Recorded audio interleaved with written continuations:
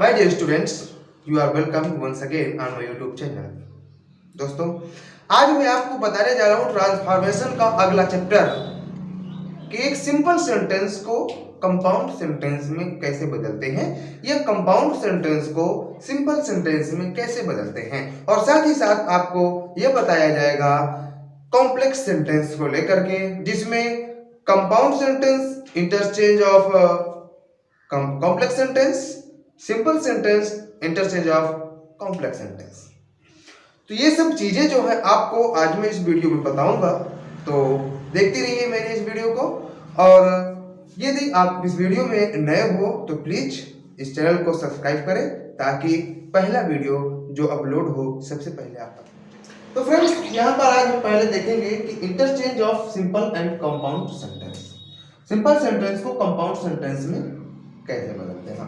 सबसे पहले हम जान लेते हैं सिंपल सेंटेंस होते क्या है और कंपाउंड सेंटेंस क्या होते हैं। ऑलरेडी आपको एक वीडियो में ये सब चीजें बताई जा चुकी हैं, परंतु आज फिर से मैं रिवीजन के तौर पर आपको बता दे रहा हूं कि दोनों चीज क्या होते हैं, simple sentence and compound sentence. Simple sentence जिसमें कम से कम एक सब्जेक्ट के साथ एक फाइनाइट वर्ब का होना, जिसमें एक सब्जेक्ट और कम से कम एक फाइनाइट वर्ब होती है, वो हमारा सिंपल सेंटेंस होता है।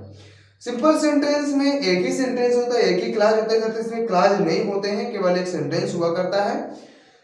ठीक, जो प्रारंभिक तो बनता है subject plus verb plus object plus other verb, इस प्रकार से ये हमारा बनता है सिंपल सेंटेंस, जिसमें सब्जेक्ट हो गया और ये हमारी फाइनाइट वर्ब होती है। यहाँ पर फाइनाइट वर्ब के बाद ऑब्जेक्ट है या नहीं है, अदर वर्ड है या नहीं है, ये जरूरी नहीं है होना इसका, परंतु सब्जेक्ट के साथ एक फाइनाइट वर्ब का होना अनिवार्य है। इसके पश्चात अगर ये वर्ड आ रहे हैं तो ठीक है, नहीं आ रहे हैं तो भी ठीक है, फिर भी हमारा सिंपल सेंटेंस ही रहेगा। अब कंपाउंड सेंटेंस की बात करते हैं। कंपाउंड सेंटेंस में कम से कम दो सब्जेक्ट के साथ दो फाइनाइट वर्ब का होना अनिवार्य होता है, या कभी कभी एक ही सब्जेक्ट होता है, एक सब्जेक्ट के साथ दो फाइनाइट वर्ब होती है। तो यहाँ पे हमें ये ध्यान देना है कि दो फाइनाइट वर्ब जब हुआ करते हैं तो वो दो क्लाज होते हैं, और जब दो क्लाज होते हैं तो वो हमारा कंपाउंड या कॉम्प्लेक्स सेंटेंस होता है। परंतु यहाँ पर हम कंपाउंड सेंटेंस के विषय में पढ़ रहे हैं, तो एक सब्जेक्ट या दो सब्जेक्ट के साथ जब दो फाइनाइट वर्ब हो और दोनों क्लाज हमारे प्रिंसिपल क्लाज हो, प्रिंसिपल क्लाज जब होते हैं और वो किसी एक कंजक्शन के माध्यम से जुड़े हुए होते हैं, तो वो सेंटेंस जो हमारा बनता है, दो क्लास जब एक सेंटेंस एक कंजक्शन से जुड़ेंगे तो एक सेंटेंस का रूप ले लेते हैं, जिसे हम एक बड़ा सेंटेंस कहते हैं। तो वो सेंटेंस हमारा कंपाउंड सेंटेंस कहलाएगा। ठीक है दोस्तों, तो यहां पर जैसे प्रिंसिपल क्लास हो जाता है हमारा principal clause plus conjunction plus एक other principal clause, principal clause. दोस्तों, यहां पर एक प्रिंसिपल क्लास कंजंक्शन से दूसरा प्रिंसिपल क्लास जो है जुड़ करके एक बड़ा सेंटेंस का निर्माण करते हैं, जिसे हम कंपाउंड सेंटेंस कहते हैं। तो यहां से ये बात तो तय हो जाती है कि कंपाउंड सेंटेंस में दो प्रिंसिपल क्लास होते हैं जो एक कंजंक्शन के माध्यम से जुड़े हुए होते हैं। ठीक है, तो दोनों को जोड़ने के लिए कंजंक्शन जो है यहाँ पर एक गांठ का काम करता है, या कभी कभी जो है कामा का भी प्रयोग कर दिया जाता है। तो इस प्रकार के जो सेंटेंस आपको मिलते हैं ये हमारे कंपाउंड सेंटेंस हुआ करते हैं। अब सबसे पहली बात, आपको प्रिंसिपल क्लास क्या होता है, ये चीज भी आपको पहले ऑलरेडी एक वीडियो में बताई जा चुकी है। अगर आप नहीं देखे हो तो यहाँ पर फिर से मैं आपको बता दे रहा हूं कि प्रिंसिपल क्लास क्या होते हैं। क्लास जब आपको पता है कि दो प्रकार के होते हैं, एक प्रिंसिपल क्लास होता है, एक सबऑर्डिनेट क्लास होता है। तो यहाँ पर हम पहले प्रिंसिपल क्लॉज के विषय में जान लेते हैं। तो प्रिंसिपल क्लॉज जो है जिस पर एक सब्जेक्ट और एक finite verb plus object plus other word etcetera, तो इसमें ये चीज तो होती है, परंतु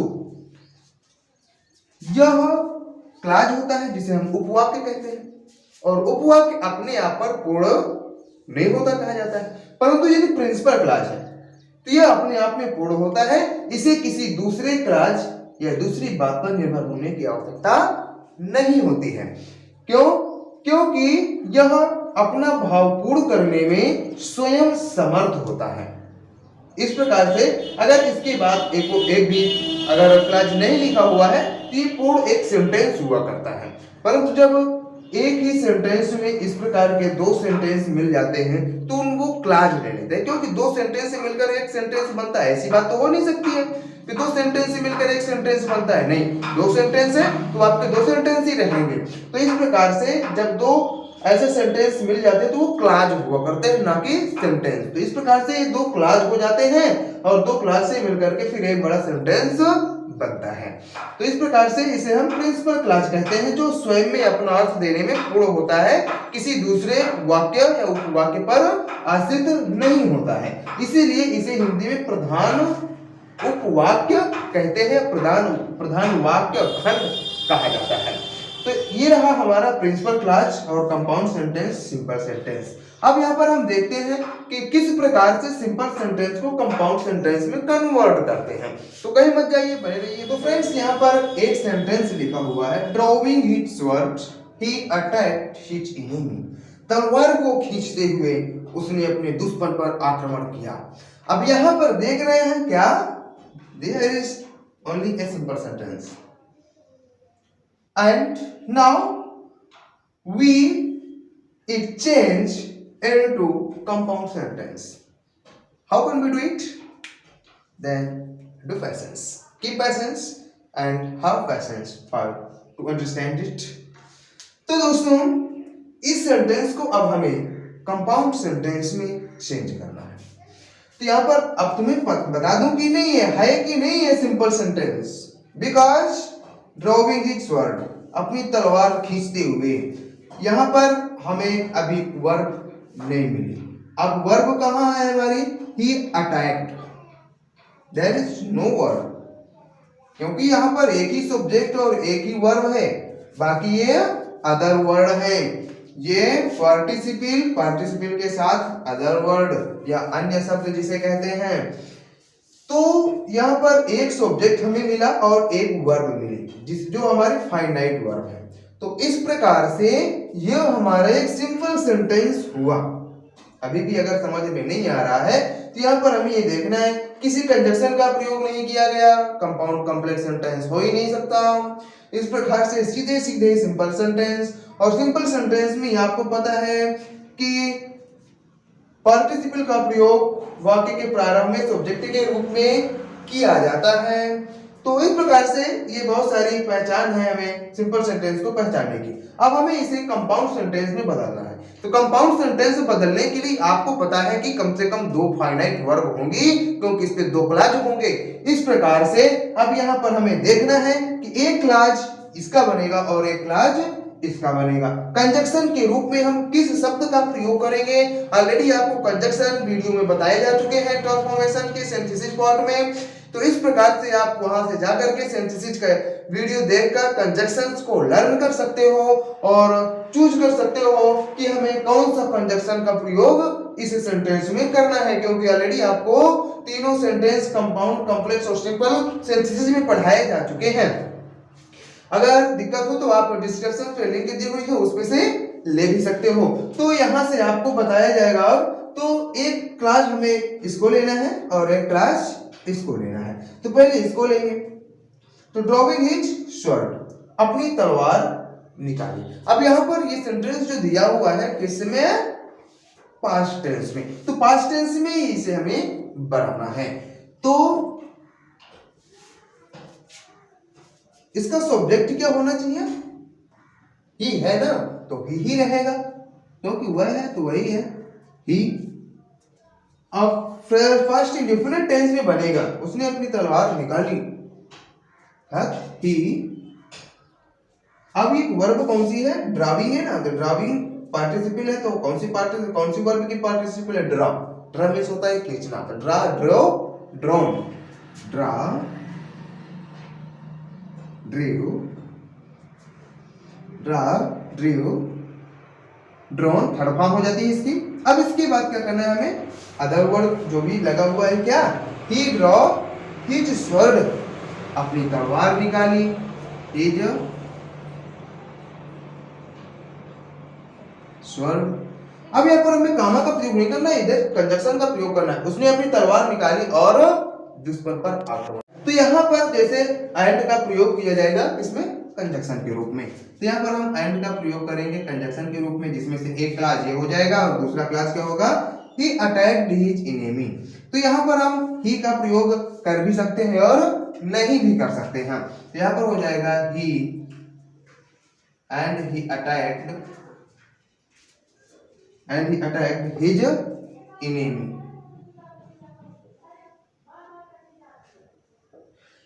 तो फ्रेंड्स एक क्लास ये हो गया हमारा और एक क्लास ये हो गया।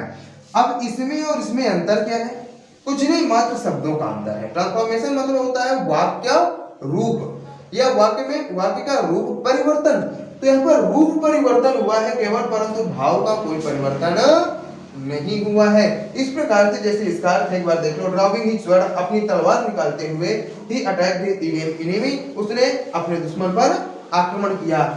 यहाँ पर है ही ड्रॉ हिज स्वॉर्ड, उसने अपनी तलवार निकाली, and he attacked his enemy, और अपने दुश्मन पर आक्रमण कर दिया। तो इस प्रकार से यहाँ पर हमने एक सेंटेंस में छिपे हुए दो क्लास को अलग अलग करके एक कंपाउंड सेंटेंस बना दिया है। अब यहाँ पर देखने वाली बात ये है, ये तो कंजक्शन हो गया हमारा, ये बी प्रिंसिपल क्लास है या बी प्रिंसिपल क्लास है कि नहीं। तो यहाँ पर ही ड्रॉ हिज स्वॉर्ड, उसने अपनी तलवार निकाल ली। नेक्स्ट, अब यहाँ पर इसके भाव को पूर्ण करने के लिए हमें दूसरे की आवश्यकता नहीं है। इस प्रकार से ये भी ही अटैक हिज एनिमी, उसने अपने दुश्मन पर आक्रमण कर दिया। यहाँ पर भी हमें किसी अन्य शब्द या क्लॉज की जोड़ने की आवश्यकता नहीं है, क्योंकि ये दोनों सेंटेंस आपस में भाव देने के लिए पूर्ण है। इस प्रकार से यह हमारा कंपाउंड सेंटेंस हुआ। तो फ्रेंड्स अब आगे देखते हैं एक एग्जांपल और, जिससे आपको एकदम से कंफर्म हो जाए कि नहीं हम अच्छा पढ़ते हैं। तो फ्रेंड्स यहाँ पर एक दूसरा एग्जांपल लेके आया हूँ। इस पे है she had all qualities except sweet voice. और कुछ व्यक्तियों में ऐसी समस्या पाई जाती है क्या कि उसके पास सभी गुण है सिवाय मधुर आवाज के। तो यहाँ पर अब सभी गुण तो है, अब यहाँ पर तुम्हें क्या करना है, एक क्लॉज इसका बनाना है और एक क्लॉज इसका बनाना है। तो यहाँ पर कुछ ऐसे शब्दों का हमें प्रयोग करना है जिससे दो क्लॉज बन जाए और प्रिंसिपल क्लॉज है। तो किस प्रकार से बनाओगे? एक्सेप्ट स्वीट वॉइस, सिवाय मधुर आवाज के। सी हैड ऑल क्वालिटीज, उसके पास सभी गुण हैं। तो ये तो हमारा कंफर्म एक क्लॉज बन जाएगा। अब बनाना है हमें कंपाउंड सेंटेंस में एक क्लॉज, किसको? ये एक्सेप्ट स्वीट वॉइस, सिवाय मधुर आवाज के। तो जब सिंपल सेंटेंस को इसे हम कंपाउंड सेंटेंस में चेंज करेंगे तो ये तो यही रहेगा, क्योंकि ऑलरेडी एक क्लॉज में आ जाएगा। सी had all qualities, C had all qualities. फिर अब यहाँ पर जब एक्सेप्ट का प्रयोग किया गया होता है तो वहां पर हम ओनली का प्रयोग किया करते हैं और सेंटेंस को निगेटिव बना देते हैं, तो हमारा भाव पूर्ण हो जाया करता है। तो जैसे यहाँ पर ये हो जाएगा only she had not sweet voice. तो देखो फ्रेंड्स ये हो गया हमारे सी हैड ऑल क्वालिटीज, उसके पास सभी गुण हैं या उसमें सभी गुण हैं। Only she had not sweet voice, केवल उसमें मधुर आवाज नहीं है। तो दोनों का एक ही अर्थ है, अलग अलग नहीं है, परंतु वाक्य का रूप परिवर्तन हुआ। ये हमारा सिंपल सेंटेंस है और ये हमारा कंपाउंड सेंटेंस है। तो इस प्रकार से फ्रेंड्स हम सिंपल सेंटेंस को कंपाउंड सेंटेंस में चेंज करते हैं।